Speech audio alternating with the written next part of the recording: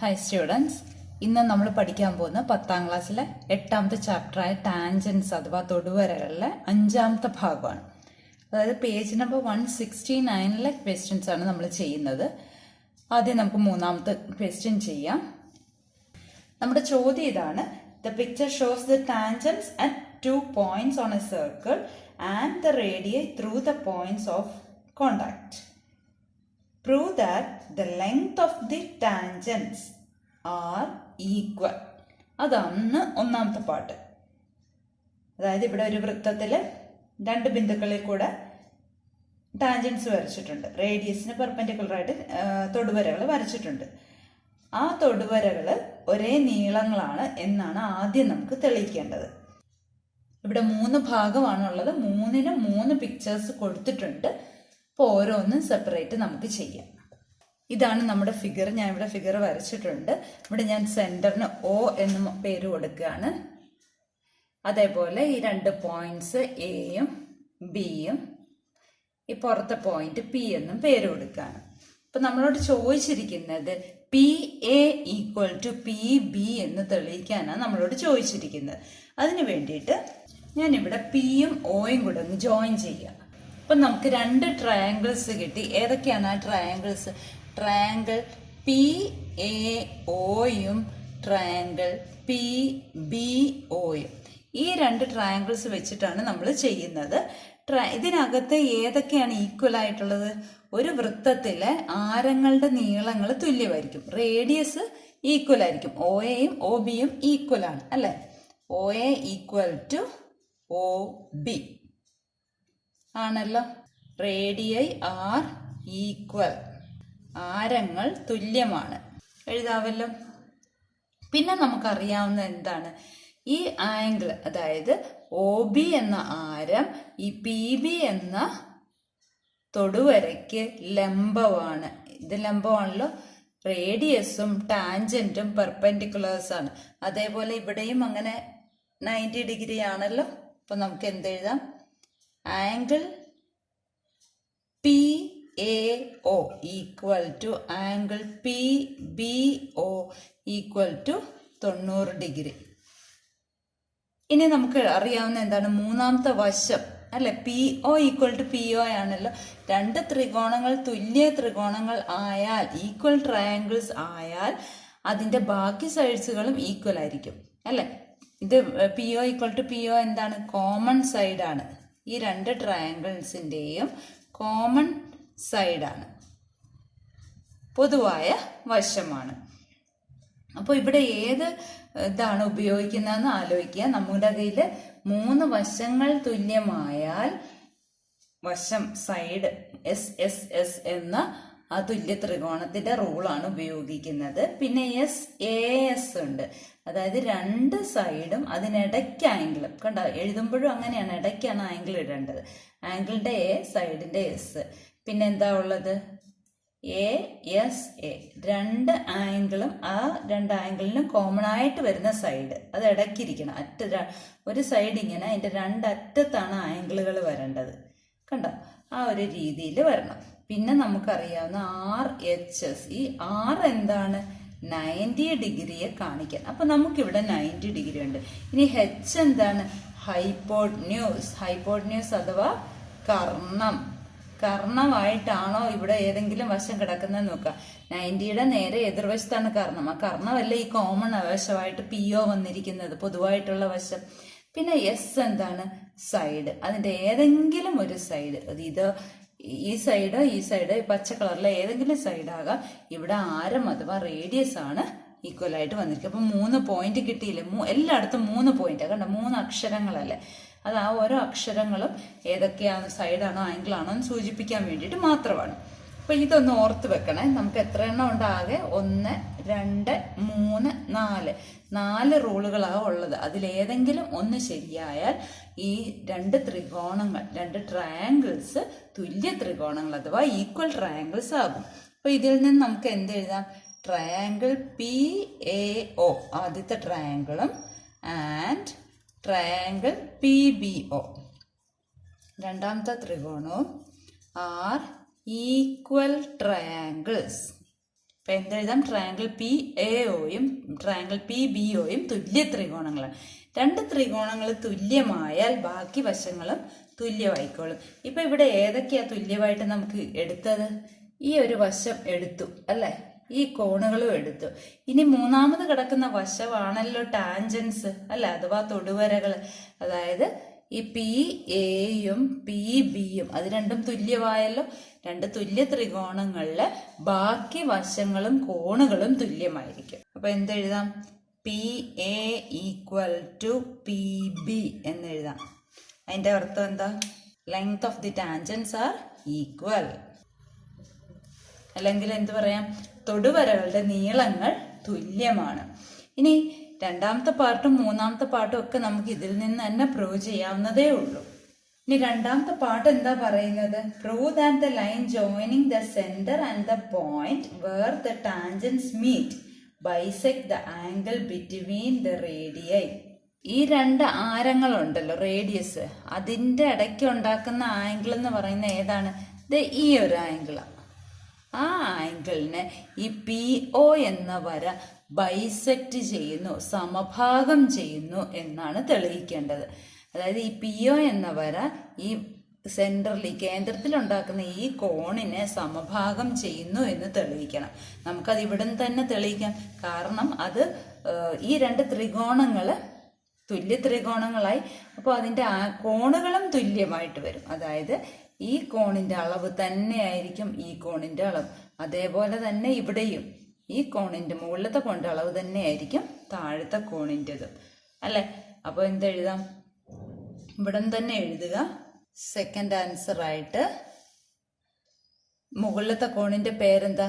A O P.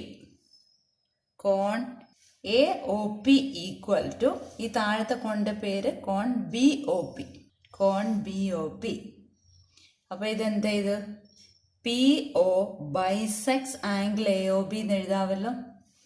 Therefore P O bisects angle A O B. അതാണ് രണ്ടാമത്തെ answer. ഇനി മൂന്നാമത്തെ പാർട്ട് എന്താ പറയുന്നത്? Prove that this line is the perpendicular bisector of the കോഡ് joining the points of contact. അപ്പൊ നമുക്ക് ആ പടം ഒന്ന് വരയ്ക്കാം. അപ്പൊ നമുക്കിവിടെ എന്താണ് പ്രൂവ് ചെയ്യേണ്ടത്? ഈ കോഡിന്റെ പെർപെൻഡിക്കുലർ ബൈസെക്ടർ ആയിട്ടാണ് ഈ പി ഒ വരുന്നതെന്നാണ് നമുക്ക് പ്രൂവ് ചെയ്യേണ്ടത്. അതായത് ഇവിടെ 90 ഡിഗ്രി ആണെന്നും ഈ പോയിന്റിനെ നമുക്ക് എം എന്ന് എടുക്കാം. ആ എം എയും എം ബിയും തുല്യമാണെന്നും നമുക്ക് പ്രൂവ് ചെയ്യണം. അതിനു വേണ്ടിയിട്ട് നമുക്ക് ഈ രണ്ട് ചെറിയ ട്രയാങ്കിൾസ് എടുക്കാം, അല്ലെങ്കിൽ വലിയ രണ്ട് ട്രയാങ്കിൾസ് എടുക്കാം. അപ്പൊ ഈ രണ്ട് വലിയ ട്രയാങ്കിൾസ് എടുക്കുകയാണെങ്കിൽ ട്രയാങ്കിൾ പി എ എമ്മും ട്രയാങ്കിൾ പി ബി എമ്മും എടുക്കാം. ഈ രണ്ട് ട്രയാങ്കിൾസ് എടുക്കുകയാണെങ്കിൽ എന്താ, ഏതൊക്കെ വരും? നമുക്കിപ്പോൾ ഫസ്റ്റ് പാർട്ടിൽ നമ്മൾ എന്താ തെളിയിച്ചത്? പി എയും പി ബിയും ഈക്വൽ ആണെന്ന് കിട്ടിയില്ലേ? P A equal to P B from first part. ആദ്യത്തേതിൽ നിന്ന് ഈ രണ്ട് തൊടുവരകൾ തുല്യമാണെന്ന് കിട്ടി. പിന്നെ എന്താ നമുക്ക് കിട്ടിയത്? ഈ കോണുകളും തുല്യമാണല്ലോ. കാരണം ഈ രണ്ട് ത്രികോണങ്ങൾ എന്താണ്? തുല്യ ത്രികോണങ്ങളായത്. അതായത് പി എ ഒ ആദ്യത്തെ പാർട്ടിൽ ആ വലിയ ത്രികോണം ഉണ്ടല്ലോ, അതും ഈ വലിയ ത്രികോണങ്ങളും തുല്യമാണെന്ന് നമുക്ക് കിട്ടിയത് കൊണ്ട് ഈ രണ്ട് കോണുകളും തുല്യമാണെന്ന് ഞാൻ പറഞ്ഞു. അപ്പൊ എന്തെഴുതാം? കോൺ A P M equal to കോൺ ബി പി എം. ഇതും ഫസ്റ്റ് പാർട്ടിൽ നിന്ന് തന്നെ നമുക്ക് ഈക്വൽ ട്രയാങ്കിൾ ആയതുകൊണ്ട്, തുല്യ ത്രികോണങ്ങൾ ആയതുകൊണ്ട് ഈ കോണുകളും തുല്യമാണെന്ന് നമുക്ക് കിട്ടി. ഇനി ഈ പി എം ഈ രണ്ട് ട്രയാങ്കിളിനും കോമൺ ആയിട്ട് വരുന്ന സൈഡല്ലേ? P M equal to P M, പൊതുവായ വശം. അപ്പോൾ ഈ രണ്ട് ത്രികോണങ്ങളും തുല്യമായി. Triangle P A M and triangle P B M are equal triangles. ത്രികോണം പി എ എമ്മും ത്രികോണം പി ബി എമ്മും തുല്യ ത്രികോണങ്ങളാണെന്ന് കിട്ടി. രണ്ട് ത്രികോണങ്ങൾ തുല്യമായാൽ അതിന്റെ ബാക്കി വശങ്ങളും തുല്യമായിരിക്കും, ബാക്കി കോണുകളും ഒക്കെ തുല്യമായിരിക്കും. അപ്പൊ ഏതൊക്കെയാണ് തുല്യമായിട്ട് വരുന്നത് നമുക്ക് നോക്കണം അല്ലെ.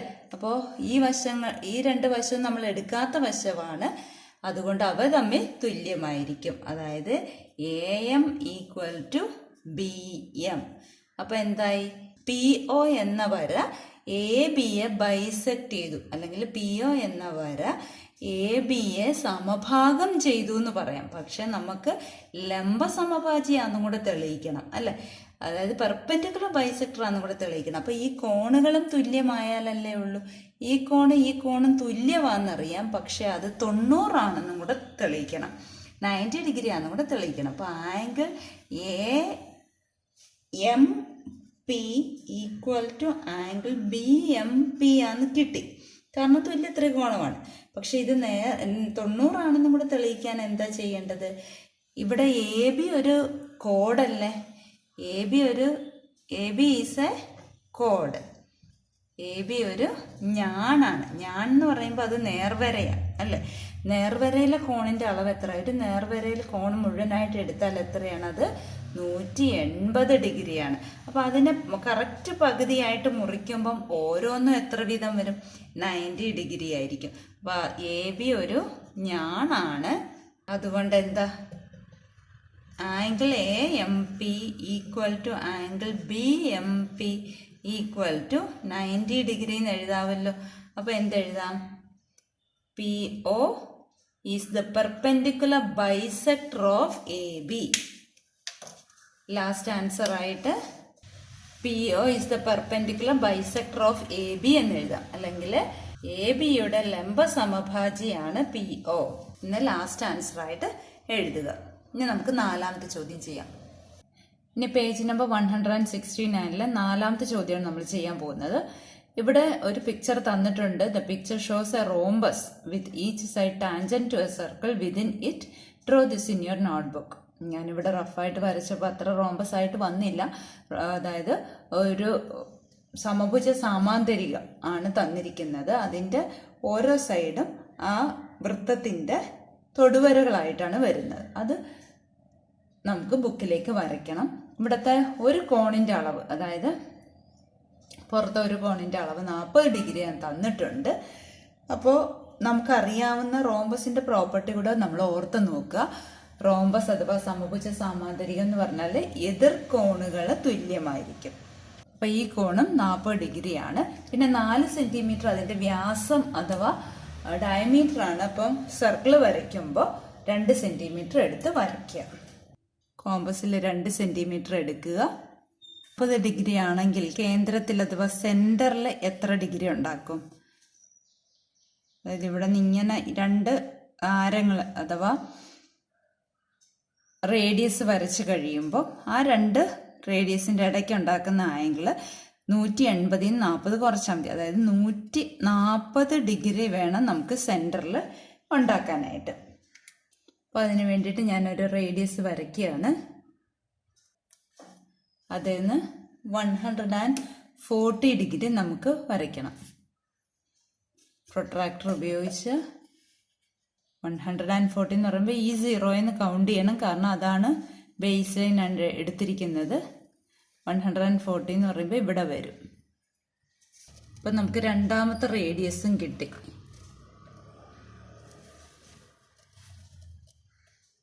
ഇതാണ് 140 ഡിഗ്രി. ഇനി ആ 2 എൻഡ് പോയിന്റ്സിൽ നമ്മൾ സെറ്റ് സ്ക്വയർ ഉപയോഗിച്ച് പെർപെൻഡിക്കുലർ വരയ്ക്കുകയാണ് ചെയ്യുന്നത്.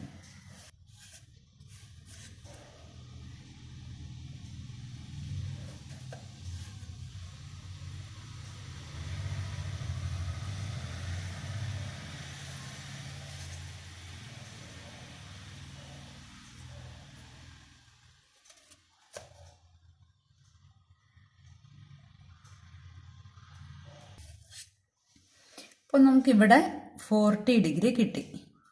കണ്ടോ, കറക്റ്റ് 40 ഡിഗ്രി നമുക്ക് കിട്ടിയിട്ടുണ്ട്. ഇനി ഇതേപോലെ മറുവശത്തേക്കും കൂടെ നമുക്ക് വരയ്ക്കണമല്ലോ. ഇനി നമുക്ക് ഈ ആരങ്ങളുടെ ഇരട്ടി, അതായത് ഡയമീറ്റർ നമുക്ക് വരയ്ക്കാം. എന്തിനാണ് അങ്ങനെ വരച്ചതെന്ന് വെച്ചാൽ, ഇവിടെ 140 ആണെങ്കിൽ എതിർവശത്തും 140 ആയിക്കോളും, ഇവിടെയും 140 ഡിഗ്രി ആയിക്കോളും. മനസ്സിലായോ? ഇനി ഈ 2 പോയിന്റ്സിൽ, അതായത് ഇവിടെയും തൊടുവരകളെ വരച്ച് കഴിയുമ്പോൾ, ടാൻജൻസ് വരച്ച് കഴിയുമ്പോൾ നമുക്ക് റോംബസ് കംപ്ലീറ്റ് ആക്കാം. അതിന് വേണ്ടി സെറ്റ് സ്ക്വയർ വെച്ചിട്ട്